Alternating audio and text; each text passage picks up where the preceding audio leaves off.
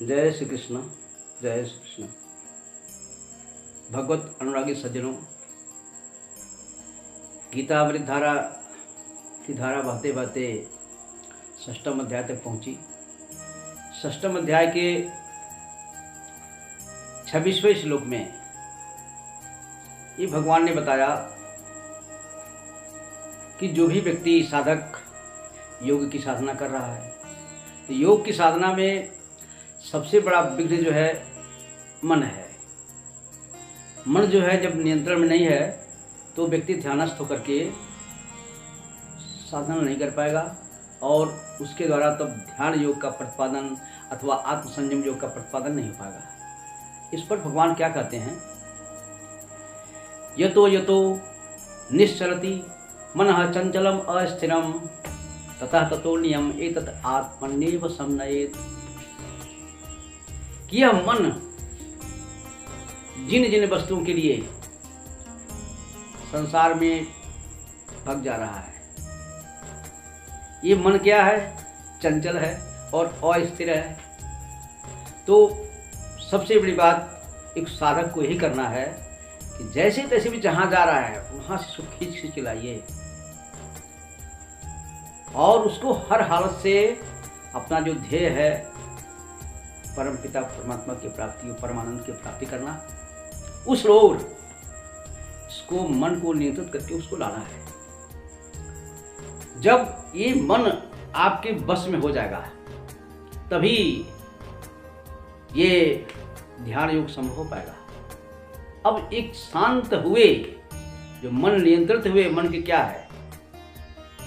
प्रशांत मनसम हेनम योगिनो सुखमुत्तमः उपायति शांत रेशम ब्रह्मभूतम कल्मषम। तो अब वही व्यक्ति जिसका मन प्रशांत हो चुका है, प्रशांत का मतलब एकदम नियंत्रित हो चुका है जिस व्यक्ति का भी, और वो उस परम सुख परमानंद को प्राप्त कर सकता है। लेकिन सबसे जरूरी चीज जो ध्यानस्थ व्यक्ति है उसके लिए कहना भगवान का है कि वो शांत रस उसका जो है, ये राजस गुण जो है वो शांत हो गया है। उपैति शांत रजसम और ब्रह्मभूतम कल्मषम। तो जिस व्यक्ति का राजस गुण का मतलब क्या है? जो आपके अंदर आसक्ति है, कामना है, स्पृहा है, लोभ है, ये खत्म हो जाए।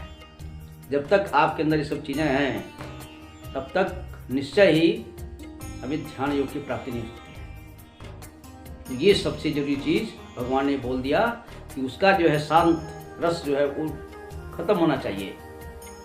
तब वो व्यक्ति, अब इस प्रकार मान लीजिए ठीक है मन आपके नियंत्रण में आ गया, तो नियंत्रण किया हुआ व्यक्ति अवश्य ही वो जब अपना मन उस परमात्मा में लगा लेगा, परमात्मा में लगा लेगा, ध्यानस्थ हो जाएगा, तो अवश्य ही वो अभ्यास करते करते जो उसका लक्ष्य साधन है उस परमानंद की प्राप्ति करना, वह एक क्या है? एक अनुभव है। भगवान का जो है ध्यान रूपी अमृत यही तो है। वो अवश्य ही अब चाहे वो अपना जब साधना कर रहा है तो उसको कितना चाहे सुख पड़े चाहे दुख पड़े, उसको सब स्वीकार्य है। करते हुए किसी चीज का ध्यान न करते हुए वो अपने ध्यान योग का साधन कर सकता है। अब एक सांख्य योगी जो ध्यान लगा रहा है उसकी सोच में क्या है कि मैं और परमात्मा, ये दोनों में कोई फर्क नहीं है। वो अपने को भी वही चीज मानता है जो उसी परमात्मा है। तो उसके लिए उसकी सोच क्या है? सर्वभूतस्थ आत्मानं सर्वभूतानि च आत्मनि इच्छते योग युक्तात्मा सर्वत्र समदर्शना। ये सभी भूतों को, भूत का मतलब जितने सारे प्राणी हैं वो सभी भूतों को आत्मस्वरूप अपने समान समझता है, अपनी आत्मा के साथ समझता है और अपने को खुद भी सभी भूतों के अंदर देखता है।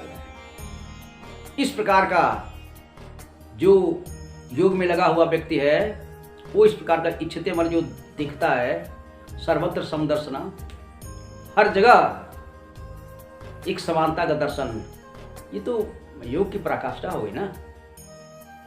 ऐसी भावना आ जाए कि हर जगह बस जो है वो, जिसको इंग्लिश में बोला गया I am the divine flame.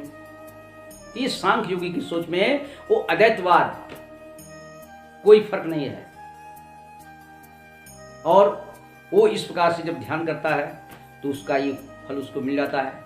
लेकिन अब सभी लोग तो सांख्य योगी नहीं हो सकते हैं, कुछ लोग कर्म योग भक्ति योग का भी पालन करते हैं। तो उन भक्ति योग का पालन करने वाले के लिए भगवान क्या कहते हैं? यो माम पश्यति सर्वत्र सर्वच मयि पश्यति तस्याहं न प्रणश्यामि स च मे न प्रणश्यति।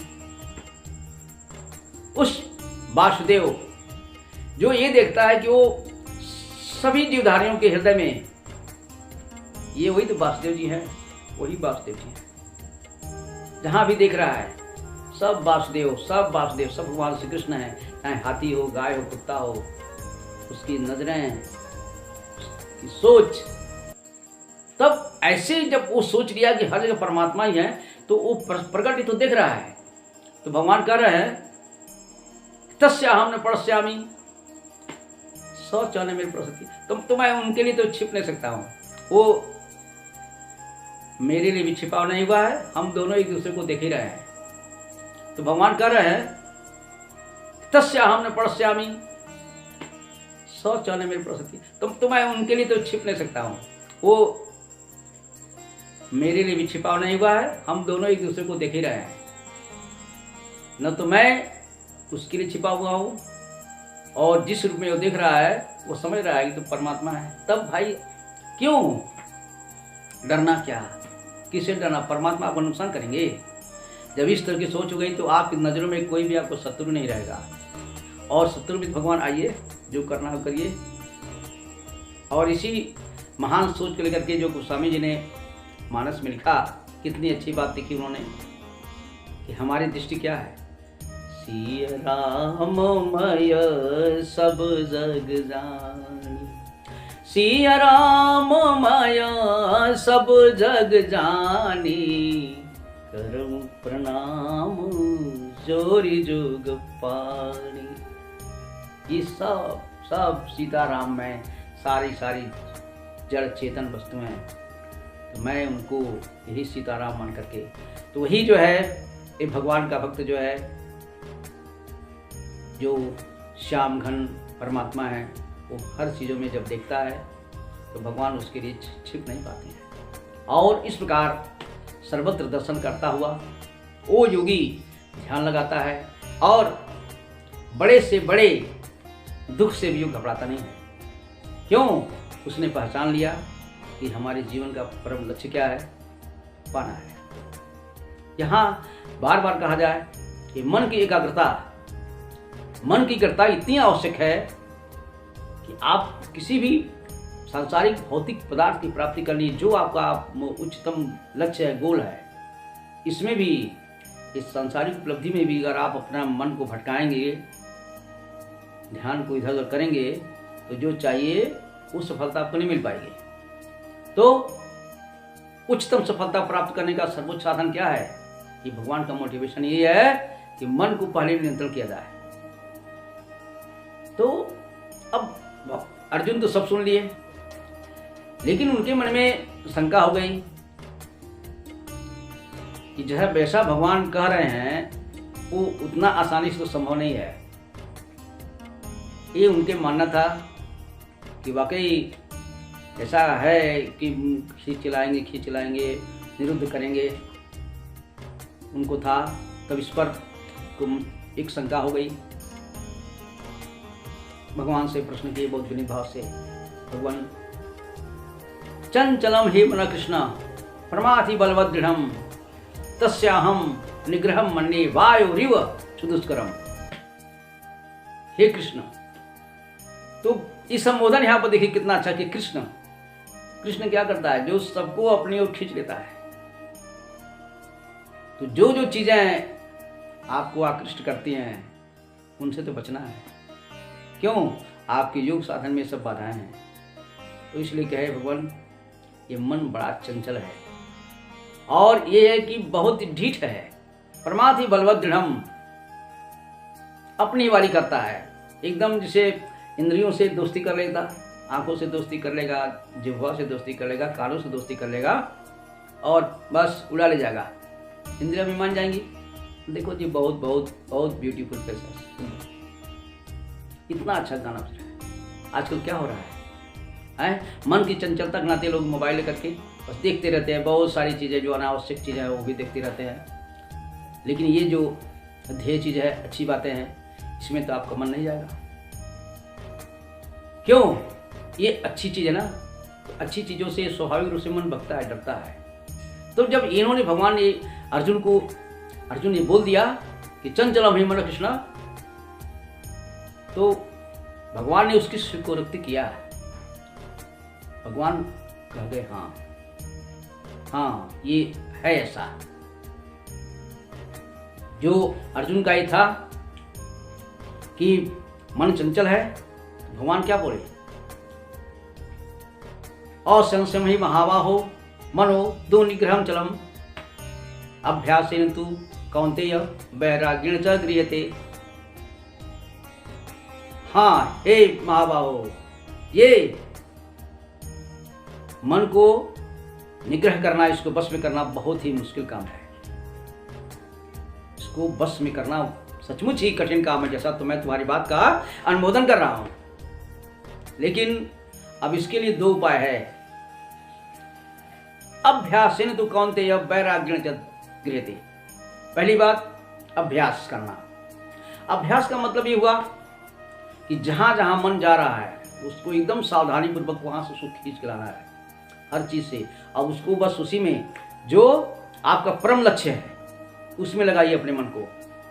अगर सांसारिक जो भी हम लोग हैं, अगर मान लीजिए क्षण भर के लिए हमारा लक्ष्य परमात्मा नहीं है, कोई बहुत बड़ी परीक्षा पास करना है, कोई बहुत बड़ा जॉब करना है, उसमें आप कैसे चाहिए परीक्षार्थियों को 90% मार्क लाना है, तो इधर उधर जो भटका हुआ है उसके लिए बार बार मन को अपने उस संदर्भ में लगाइए। जो चीज़ आपको असली चीज़ है वही है। अब परमात्मा तो एक परम अर्थ हो गया ना। तो ये बात हुआ अभ्यास। बार बार जहाँ मन भटकता है जिन जिन चीज़ों की तरफ, उससे दोस्ती मत करिए, एकदम खींच के लाइए, उसके साथ कठोरता का पालन करिए। और दूसरी चीज़ वैराग्य, राग और वैराग्य। अब एकदम से उल्टी सोच होनी पड़ेगी। जैसे आग वस्तु को जलाती है तो जस्ट उसका विपरीत क्या है? जल है। तो अपनी सोच को बदलना पड़ेगा। जिसमें आपको बहुत सुख का अनुभव हो रहा है ना, उसी में दुख का अनुभव करिए। चीज़ों में आसक्ति को अनासक्ति बनाइए। किसी भी संसारिक चीज़ में जो ये है अपना उल्टा सोच रखिए, इसको वैराग्य कहते हैं। कि नहीं, सब संसार नश्वर है, इसमें कहीं पर कोई सुख नहीं है। तो ऐसा जब वैराग्य करेगा तो ये भगवान ने संक्षिप्त में दो उपाय बताए, एक अभ्यास और वैराग्य। और साथ साथ पुनः भगवान अर्जुन को चताते हैं, देखो भाई अर्जुन, जो भी साधक अपने मन को एकदम नियंत्रित कर लिया है वो उसी के लिए योग जो है सुलभ है, और जो नहीं कर पाया उसके लिए योग दुर्लभ है, ऐसा मेरा मानना है। और इसके साथ हम अध्याय 6 का 36वां श्लोक व्याख्या समाप्त किए। और पुनः आप सहयोग दीजिए, हमारी इससे मनोकामना और हमारा मनोबल बढ़ेगा और आपका जीवन धन्य होगा। कम से कम भगवान के द्वारा उपदेशित 1-2 श्लोक आपके कानों में जा रहा है, तो अवश्य ही आप हमारे चैनल को सब्सक्राइब करिए, देखिए और शेयर भी करिए। भगवान आपका कल्याण करेंगे। जय श्री कृष्ण।